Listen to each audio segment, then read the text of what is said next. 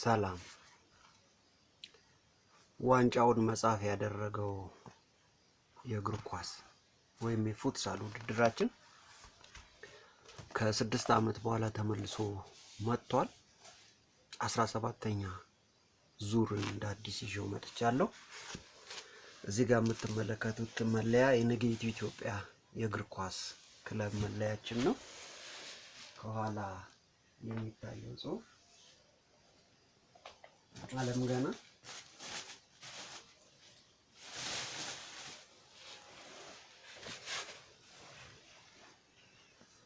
የነገይቱ ኢትዮጵያ ኤፍሲ ዓለም ገና ነው ይል የነበረ። ሁለት መለያ ከውስጡ ነጥለን አስቀርተን ነበረ። 16 መለያ ነው ለና አብዱራዛቅ ዳለቲ እግር ኳስ ቲም የሰጠነው። 18 ነበረ መለያችን ካልተሳሳት። ነቨር ጊቭ አፕ የሚል ደግሞ አንድ መለያ ነበረ። በጣም ምርጥ መለያ ነው። እሱን ለነ አውሄ መለያ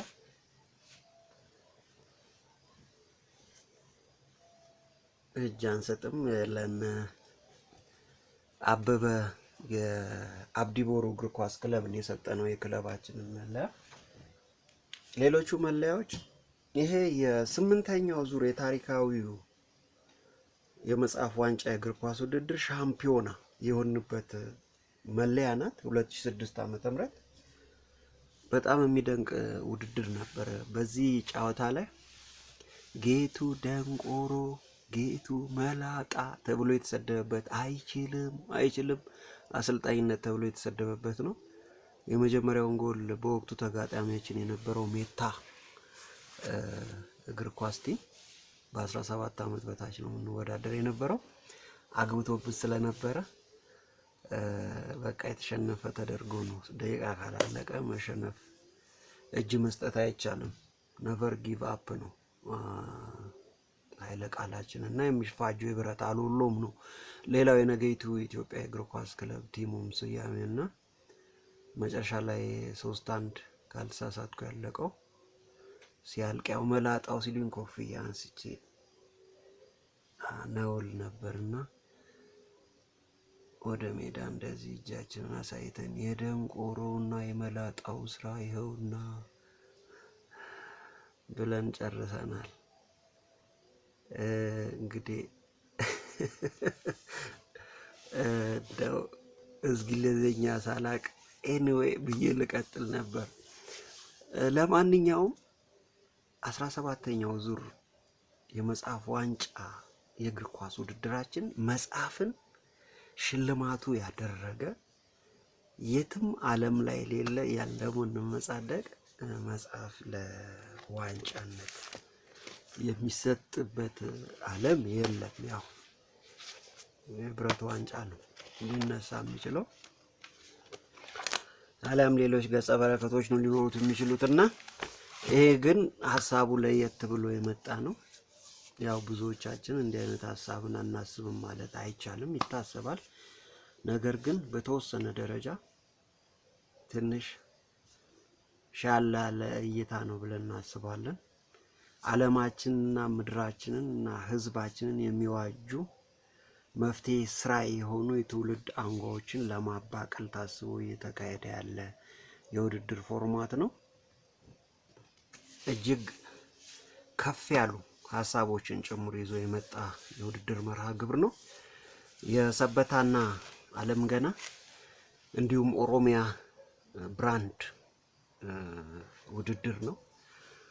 እርግጥ ነው ይሁንታ ሊሰጠው የቻለ ባይመስልም ባለስልጣኖቻችን በተለይ ወጣቶችና ስፖርት ጽህፈት ቤት የየክፍለ ከተማው እና የሸገር ሲቲ ብሎም ደግሞ የኦሮሚያ ትኩረት ሊሰጥበት የሚገባ ወጣቶች አማራጭ ጊዜ ማሳለፊያቸውን ወይም ደግሞ መዝናኛቸውን ኳስና ንባብ እንዲያደርጉ ገፊ ምክንያት ይዞ የመጣ መርሃ ግብር ስለሆነ ይሄንን ሊያዩት ይጠበቃልን እናምናለን።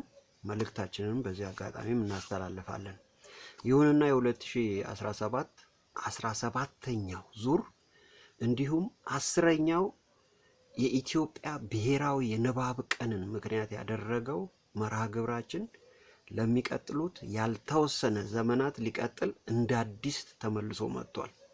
ተመልሶ ሲመጣ ሁለት አበይት ምክንያቶችን ይዞ ነው። አንደኛው የእረፍት ቀን ወጣቱ እና አዛውንቱ፣ ወመሹ፣ ጎልማሳው የምንለው ካታጎሪ ከታዳጊ ጀምሮ መዝናኛቸውን ከኛ ጋር ማድረግ እንዲችሉ የኖካውት ውድድር አመቱን ሙሉ የምናከናውንበትን 18 19 እያልን የምንቀጥልበትን ፈጣሪ በፈቀደ ውድድር መርሃ ግብር እንዲሆን ነው። ይሄ መርሃ ግብር በተለያዩ ፕሮፌሽኖች ውስጥ ያሉ ወገኖችን ነው አሳታፊ የሚያደርገው። ትምህርት ቤቶች ላይ ይሰራል፣ ሰራተኞች ላይ ይሰራል፣ በአዘቦት ላይ በማንኛውም ፕሮፌሽን ውስጥ ያሉ ደግሞ የእሁድ ቀን መዝናኛቸው እንዲሆን ወጣቶችና ታዳጊዎች ላይ ይሰራል። ትኩረታችን በተለይ ትምህርት ቤት ላይ አድርገን በትምህርት ቤቶች መካከል ላይ የእርስ በርስ ግንኙነት እንዲጎለብት በእግር ኳሱ ብቻ ሳይሆን የስዕል ውድድር፣ የስነ ጽሁፍ ውድድር፣ የተለያዩ የፈጠራ ሐሳቦች ውድድር፣ የቢዝነስ ፕሮፖዛል እና የሐሳብ ፕሮፖዛል ወይም ምክረ ሐሳቦች ውድድር ጭምር ከዛሬ ፊት በስፋት ሄደንበት የተወሰኑ ሙከራዎች ያደረግንበት ነው። በነገራችሁ ላይ እዚህ ላይ ይሄንን በስፋት የምንሰራበት አጋጣሚዎችን ይዘን መተናል ሲባል ብዙ አይደለንም። ነገር ግን ከመንግስት አካላት ጋር ስለምንሰራ በጋራ ትብብር እነሱ የሱፐርቪዥን ስራ የበላይ ሆነው እንዲሰሩ ስለምንፈልግ ከገላን ጉዳ ወጣቶችና ስፖርት ጽህፈት ቤት ጋር የ17ኛውን ዙር የመጽሐፍ ዋንጫ ፉትሳል ውድድር ይዘን መተናልና ከነርሱ ጋር መስራታችንን ለማሳሰብ ነው መተናል ስላችሁና ይሄንን ጉዳይ በበላይነት ይዞ የሚሰራው ፈለገ ብርሃን ቤተ ንባብ ባለቤት ጌቱ በቀለ እዚህ ፊታችሁ የሚደሰኩረው ነው።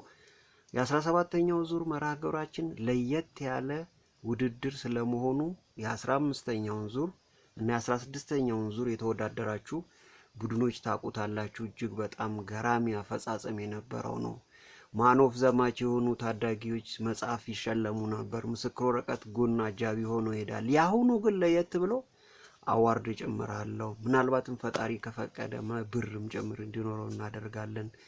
ግለሰቦችን ወይም ታዳጊዎችን ወይም ስፖርተኞችን ህልማቸውን ፈልጎ ማግኘት የሚችሉበት የሚያጨባብጥ አላማ የያዘ ነው። ቡድኖችን አይደለም የምናበረታታው፣ ግለሰቦችን ነው። ግለሰቦች የቡድኖችን ስም ይዘው ይወጣሉ፣ ታሪክን ይቀይራሉ። እንደ አዲስ ፈለግን ይዘው መከተል የሚያስችላቸውን የህልም ጎዳናቸውን መቀየስ የሚያስችልባትን ጭብጨባ የሚያገኙበት ነው። ተመልካች ፊት ስንሸልማቸውና ያ ሽልማታቸው የነገን ርዕያቸውን ዛሬ ላይ ሆኖ መመልከት እንዲችሉ ቴሌስኮፕ ማያ ያውሳቸዋልና ግለሰቦችን እናበረታታለን። የተሻለ ትጋት ከናንተ ይጠበቃል። 500 ብር ይከፈላል። በ500 ብር እስከ ዋንጫ ድረስ ትወዳደራላችሁ። በነገራችሁ ላይ ኩዊን አና ካፕ፣ ኦፍታና ካፕ፣ ነምቦሩ ካፕ፣ ቢያፍ ካፕ በአራቱ ልጆቼ ደግሞ ካፑ ይቀጥላል። ነምቦሩ አንደኛ ዙር፣ ቢያፍ አንደኛ ዙር፣ ሃና 9ኛ ዙር፣ ኦፍታና 6ኛ ዙር 5-8 ላይ ነው የቆመው ሁለቱና እነዚህ ካፖች በልጆቼ ስያሜ የሚሰሩት የመጽሐፍ ዋንጫው ሻምፒዮን በምድብ ያሉት ምናልባት ምድብ ካለን በእርግጥ ኖካውት ነው ለየት ያለ አፈጻጸም እናደርግበታለን። ለ9ኛው ዙር ለኩዊን ሃና ካፕ ይወዳደራሉ። ኩዊን ሃና ካፕ ሻምፒዮን የሚሆን ደግሞ ከመጽሐፍ ዋንጫው ሻምፒዮን ጋር ይወዳደርና ለኦፍታና ካፕ ሻምፒዮና ይወዳደራል። ከዛ በኋላ ደግሞ እንደገና አዲስ አፈጻጸም እንይዝና ከዙሩ ላይ ዞሮ ከ17ኛው ዙር ላይ የሆነ የፐርሰንት ወይም የውጤት አፈጻጸም የሆነ አፈጻጸማቸው ፕሮግረሳቸውን እናይና ስሎት እንፈጥርለታለን። ለማንኛውም ለነምቦሩ ካፕ ነምቦሩ 3ኛው ልጃችን ነው። ለሱ ደግሞ ካፕ እንዲወዳደሩ እናደርጋቸዋለን። ከዛ ቀጥሎ ደግሞ ቢያፍ የመጨረሻው ስያሜ የያዘ ታዳጊው ልጃችን ነው። ለሱ ካፕ ደግሞ እንደዚሁ የኦፍታና ሻምፒዮና፣ የሃና ሻምፒዮና፣ የመጽሐፍ ዋንጫ የዙሩ ሻምፒዮና ሶስቱ በጋራ ተወዳድረው ለዋናው ታላቁ ዋንጫ እንዲወዳደሩ እናደርጋለን። ከዛሬ ፊት የተለመደ ነው። በኩዊናና ካፕና በኦፍታና ካፕ ታቁት ነበረ። አሁን ደግሞ ለየት ብሎ በእጃችን የምንሰራው አዋርዶች እጅግ ልቀው የመጡ ናቸው። አፈጻጸማችን ተሻሽሏል። የምንጠቀማቸው ኢንግሪዲየንቶቻችን ጭምር ዘመናዊ ናቸው። ከቻይና የሚመጡትን የሚያስንቅ ስራ ማለት ይቻላል። ጉራችንን ቸርችር የተጠቀመበት ያውቀዋል። በጣም ዝቅ ባለ ዋጋ ነው የምንሰራው። በነገራችሁ ላይ ማሰራት የምትፈልጉ ሰረሞኒ ሲኖራችሁ ለማርሻል አርት፣ ለእግር ኳስ ውድድሮች፣ ለተለያዩ አሁን እግር ኳስ ውድድር ኦሮሚያ ፕሪሚየር ሊግ ሲደረግ ማን ኦፍ ዘማች ለሆኑት ልጆች ለመስጠት አሁን በነገራችሁ ላይ ሰበታ የጤና ስፖርት ማህበር ከሰበታ ክፍለ ከተማ ወጣቶችና ስፖርት ጋር በጋራ በመተባበር ሰበታ ስቴዲየም ላይ የሚያካሂደው ሁለተኛው ዙር የጤና ስፖርት ማህበር ውድድር ላይ አዋርዳችን እየተሰጠ ነው። እናመሰግናለን። የአንድ ሳምንቱን ሙሉ ስፖንሰር አድርገን ነበረ። ከአሁን በኋላ ያለፈው ሳምንት የራሱ የውድድር አዘጋጁ ስፖንሰር አድርጎላቸዋል። እኔ እርግጥ ነው 34ቱንም ጨዋታ መጽሐፍት በመሸለም ለማን ኦፍ ዘማቾቹ አንዳንድ መጽሐፍ ያደረኩ ቀጥላለሁ። ጎን ለጎን ግን አዋርዱ ቢኖር ደግሞ ማስታወሻ ለልጆቹም ለተጫዋቾቹም ለጉልማሶቹም ለወመሾቹም ጭምር ያስፈልጋልና ጥሩ ማስታወሻ ነው። በዛ ላይ ስፖንሰር ማድረግ የምትፈልጉ ሆኖ በዚህ አጋጣሚ ማህበሩን ብታግዙት ደስ ይለናል። ለኛም ደግሞ የስራ እድል ትፈጥራላችሁ። እጅግ በጣም ገዢ ሐሳብ ነው። በጥሩ ማስታወሻ ነው። በታሪካችን ውስጥ ማንዘነጋቸው በኑረተ ገጻችን ውስጥ የማንረሳቸውን ቀናት እያተምን በማምሻችን ፍሙን አመዱን እያልን ፍም ትዝታውን የምንሞቀው ይሆናልን ተስፋ አደርጋለሁ። እንደገና ተመልሻለሁ። በእርግጠኝነት የምትደሰቱበት ፕሮግራም ነው። ከወትሮ ለየት ያለ ነው። በፊት ዙር ነበረ። 15ኛው ዙር ላይ የተወሰነ ለማስተማር ወይም ደግሞ ለማስተዋወቅ አድርገናል የኖካውቱን። በ16ኛው በጥሩ ሁኔታ የኖካውት ውድድር ነው አድርገን የፈጸመው። እጅግ በጣም አስደሳች ነው። ቦሪንግ የለውም። ተመልካቾቹ በጣም ተደስተው ነው የሚያሳልፉት። ቡድኖች ጭምር በጣም ጨዋዎች ናቸው። በነገራቸው ላይ በእኛ ውድድር ላይ የሚሳተፉት ተወዳዳሪዎች ቅጣታችን ቆንጠጥ የሚያደርግ መሆን አለመሆኑ አይደለም። እኔ ስቆጣ የሚሰሙኝ ናቸው በአብዛኞቹ። ብዙም ይሄን ያህል ተቆጪ ነኝ ልል አልችልም። በእርግጥ ግን አይምሮ ላይ ስለምንሰራ ሚዲያችንም አለ። በነገራችሁ ላይ ኮመንተሪ የምትሰሩ ወገኖች መምጣት ትችላላችሁ። ከኛ ጋር ኮመንተሪ ሲሰሩ የነበሩ የፕሮግራሙ ድምቀት የነበሩት እነ ገዛኝ ዱላ፣ ናሁና ትርታ ላይ በአሁኑ ሰዓት እየሰሩ ነው። እነ መገርሳ እነ 107.8 ላይ እየሰሩ ነው።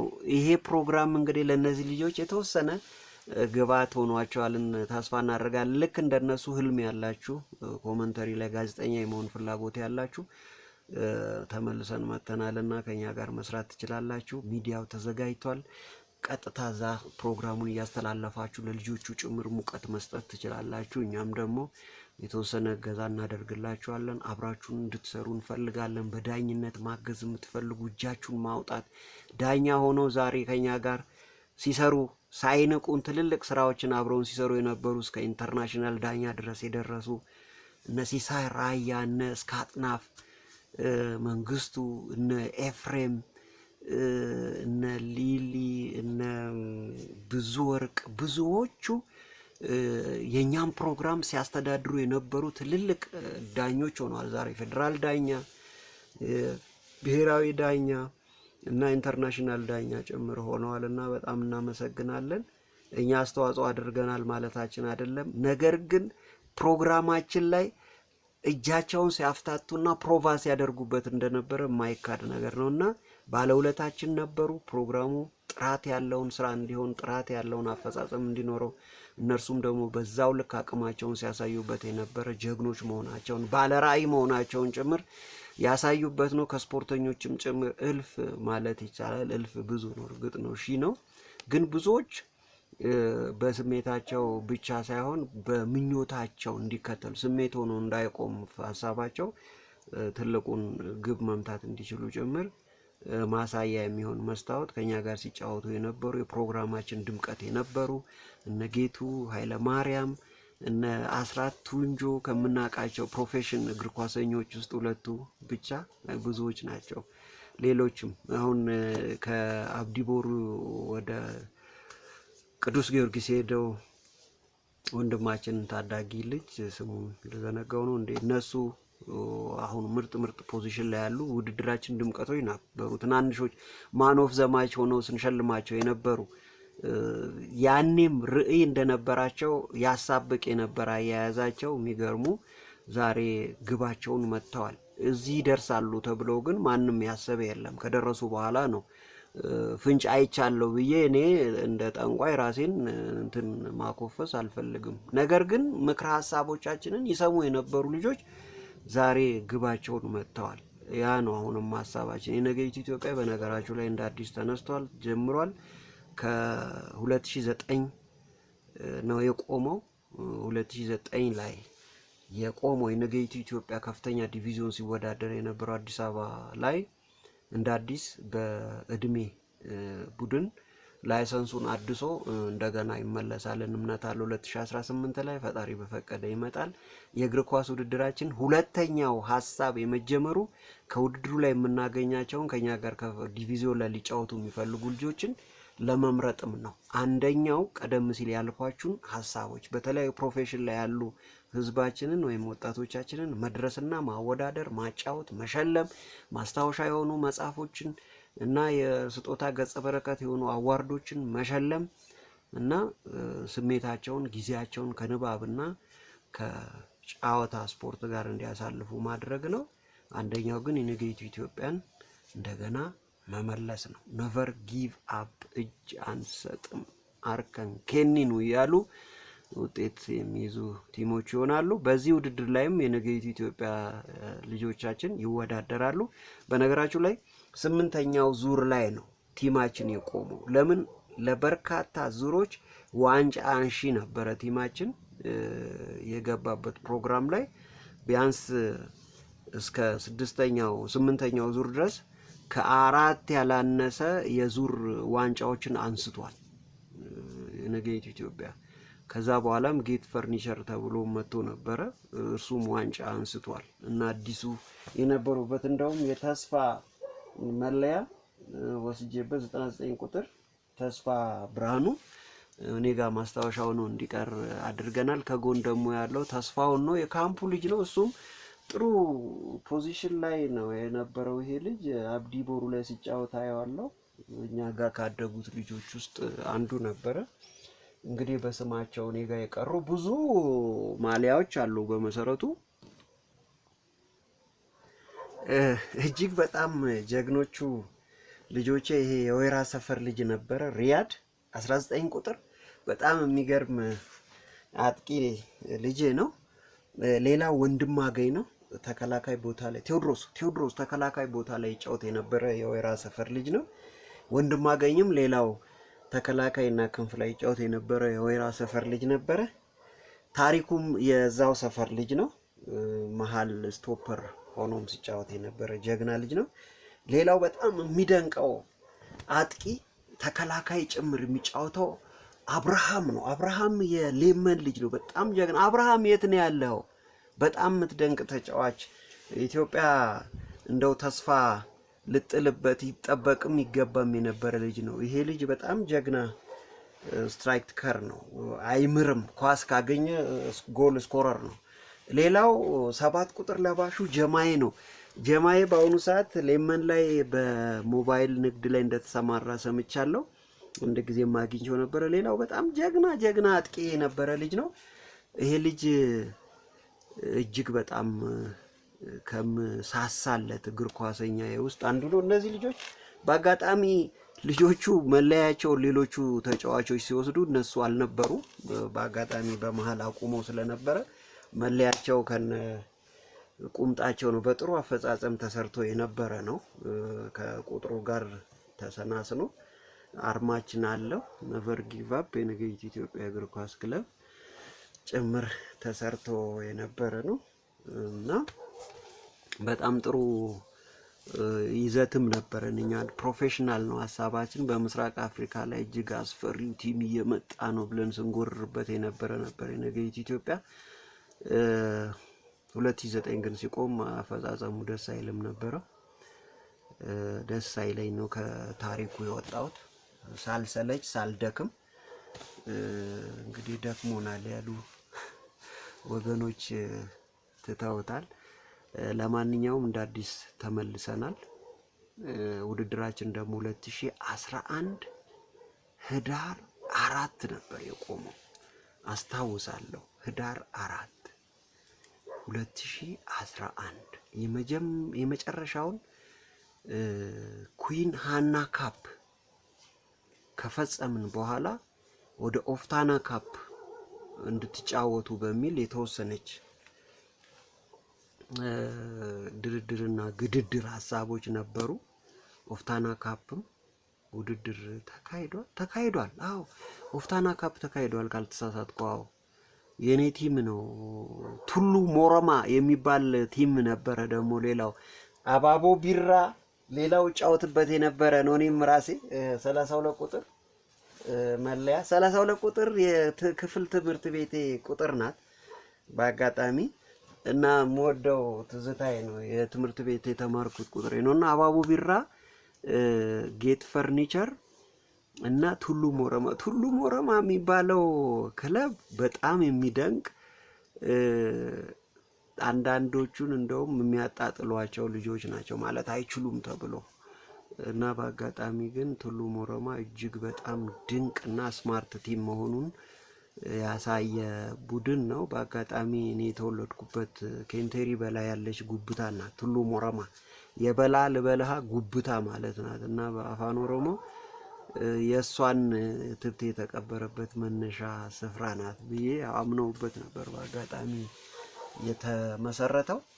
የሚገርም አስቂኝ አፈራረስን የወደቀው ቱሉ ሞረማ ምን ይሄን ያህል ስሙ አልመሰጠንም አይነት ነገር ያሉ ልጆች ነበሩ ውስጡ እና መለያው ላይ እኔ ስፖንሰር አድርጌያቸው በስማቸው ቱሉ ሞረማ እና እከሌ የሚል ቁጥራቸው በመረጡ ቁጥር ሊሰራ ካለ በኋላ ስሙ ደባሪ ነው ነገር ተባለ። ከዛሽ ደባሪ ነው እሺ ትተናል። ውድድሩ ተከናወነ። ዋንጫ አነሱ። ሻምፒዮና አደረጉን። በቃ በዛው እኔም ተውኩት። ምን አደርጋለሁ ታዲያ። እንደውም ይሄን ቲም አዲስ አበባ ዲቪዥን ላይ አብሮን እንዲጫወት የተወሰኑትን ሌሎች የሚጎድሉት ቦታ ላይ ፉትሳል ስለሆነ ብዙ አይደሉም አባሎቻችን 12 13 ምናምን ነው ሊሆኑ የሚችሉትና ጨምረን በተሻለ አቅም እና አፈጻጸም እንወጣለን ሁላ የሚል በነገይቱ ኢትዮጵያ ውይይት አድርገን ተስማምተን ነበር። ግን እንዳለመታደል በተወሰነ ደረጃ እንግዲህ ሐሳቡ የገዛቸው አልመሰለኝም ልጆቼ ብዙም ሳይርቅ ቆሟል እንጂ በጣም ትልልቅ ሐሳቦችን ነበር የምናመጣው። አንዳንዴ እኔም ዲክታተር ሆናለሁ መሰለኝ። በእርግጥ ለዓላማ ዲክታተር ካልሆንክ አምባገነን ካልሆንክ ግቡን መምታት አትችልም።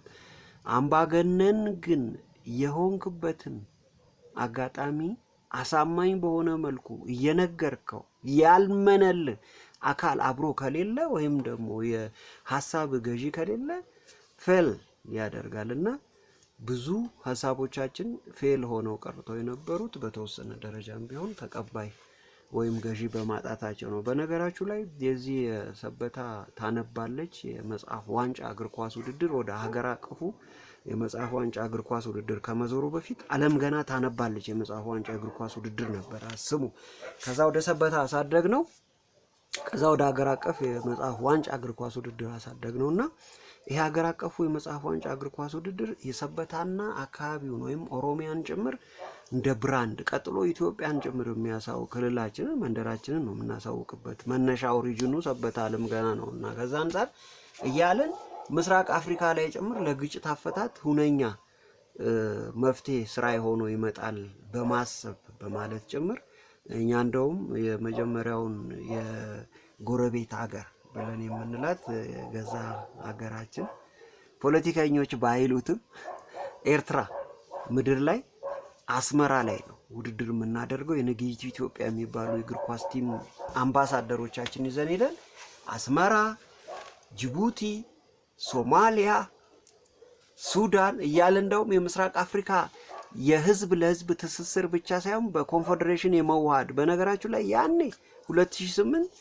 2007 እና 6 ላይ እንደ ሰኩር የነበረው ሐሳብ ነው። እንደውም መጋቢት ወር መሪ ቃላችን የንባብ ቀን መዳረሻ መሪ ቃላችን የምስራቅ አፍሪካ ሀገራት በኮንፌዴሬሽን የሚያዋህዱ ሐሳባውያን ኢትዮጵያንን ከመጽሐፍ ንባብ እናዋልድ የሚል መሪ ቃል ይዘን ወር ሙሉ ስንቀሰቅስበት ነበር። የንባብ ሐሳባችንን ፌርማታ ላይ ይዘን ስቆምቦም በነገራችሁ ላይ የዚህ መሪ ሐሳብ ምስራቅ አፍሪካን ኮንፌዴሬሽን በሆነ የፖለቲካ ስርዓት ውስጥ ህዝብ ለህዝብ ተሳስሮ መሪዎቻችንም ተስማምተው አንዲት የምስራቅ አፍሪካ ሀገርን የጋራ ፓስፖርት ያላት የጋራ መከላከያ ኃይል ያላት የጋራ ፖሊስ ያላትን ግዛት መመስረት እንዲችሉ የህዝብ ለህዝብ ስራ በዚህ ከስፖርቱ ጋር ያይዘን እንሰራለን የሚል የ2018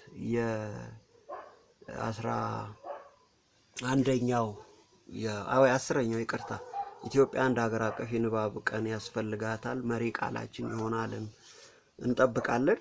በሰዓቱ ሲንደርስ ምን በይነው ሐሳብ ነው የሚሆነው በዚህ ዙሪያ ያጠነጥናልና 16ኛው ዙር ላይ ምንድነው ያደረግነው?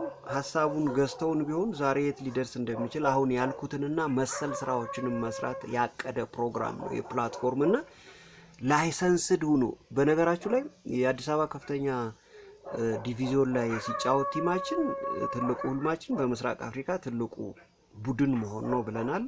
ከዛ ጎን ለጎን እያለ እንግዲህ በእርከኑ እያደገ መሄድ ነውና በዛ እድገት ውስጥ ያለው ላይሰንስ ያለው የነገይቱ ኢትዮጵያ እግር ኳስ ክለብ የመተዳደሪያ ደንባችን ላይ ወይም ፌዴሬሽኑ የፈቀደው ውድድሮችን ማከናወን ይችላል የሚል ፍቁድ ሐሳብ አለውና በዛ መሰረት ነው ውድድሮችን የምናከናውነው።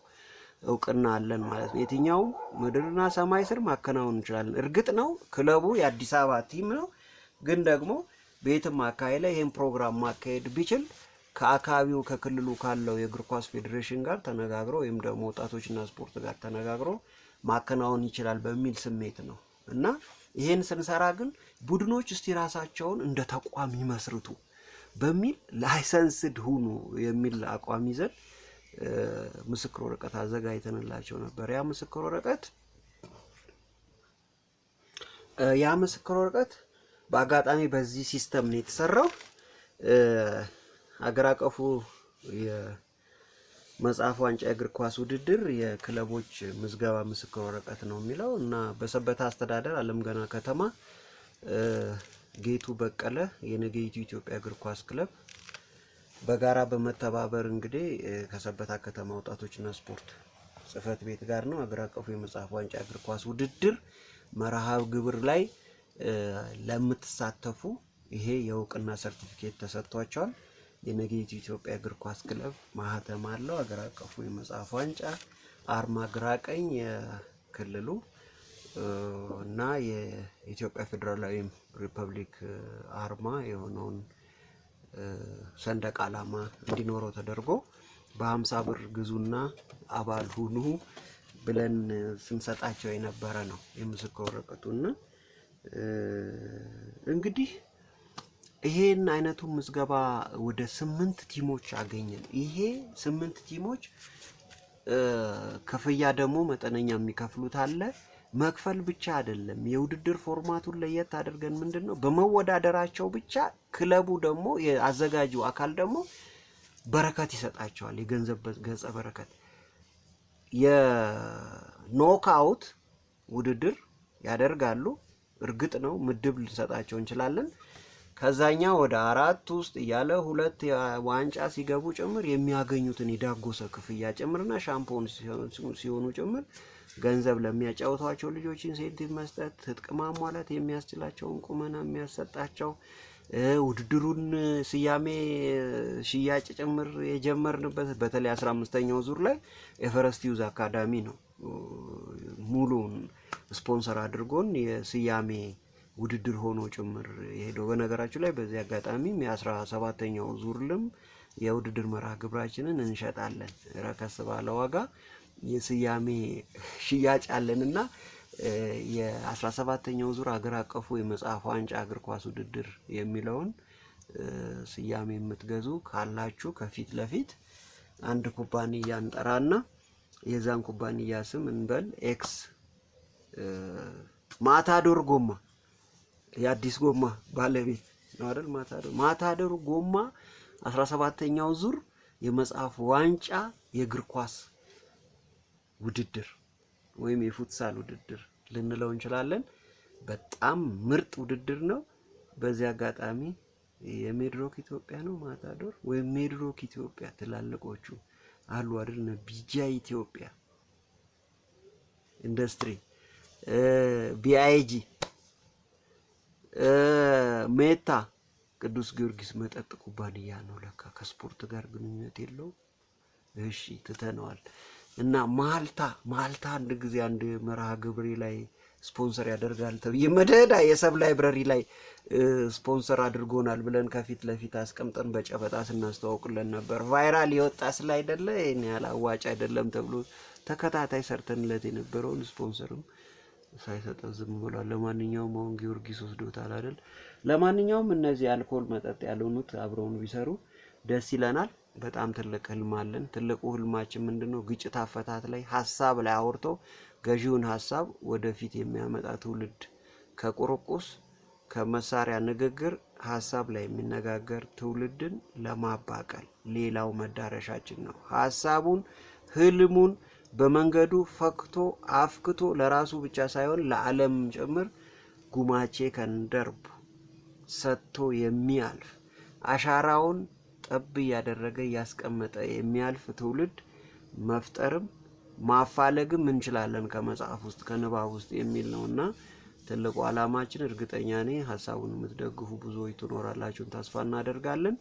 የሰከነ ትውልድ በሐሳብ የሚሞግት በሐሳብ የሚነጋገር ገዢውን ሐሳብ ወደፊት የሚያመጣ መዝናናት ደግሞ ስፖርትን የመሰሉ የአካል ብቃትም ሌሎችም የማርሻል አርት ውጤቶችም የሆኑ የስፖርት አውዶች ላይ የሚዝናና መዝናኛውን ከመጠጥና ሌሎች አደንዛዥ ጉዳዮች ውስጥ ወጣ ብሎ ማሰብ እንደሚችል ሰው እዛ ውስጥ ያሉ ልጆች እና ወገኖች አያስቡም ማለት አይደለም። በዚህ አጋጣሚ ግን አማራጭ የለንም የሚል ስሜት እንኳን ቢኖራችሁ አማራጫችሁ መጥቷል።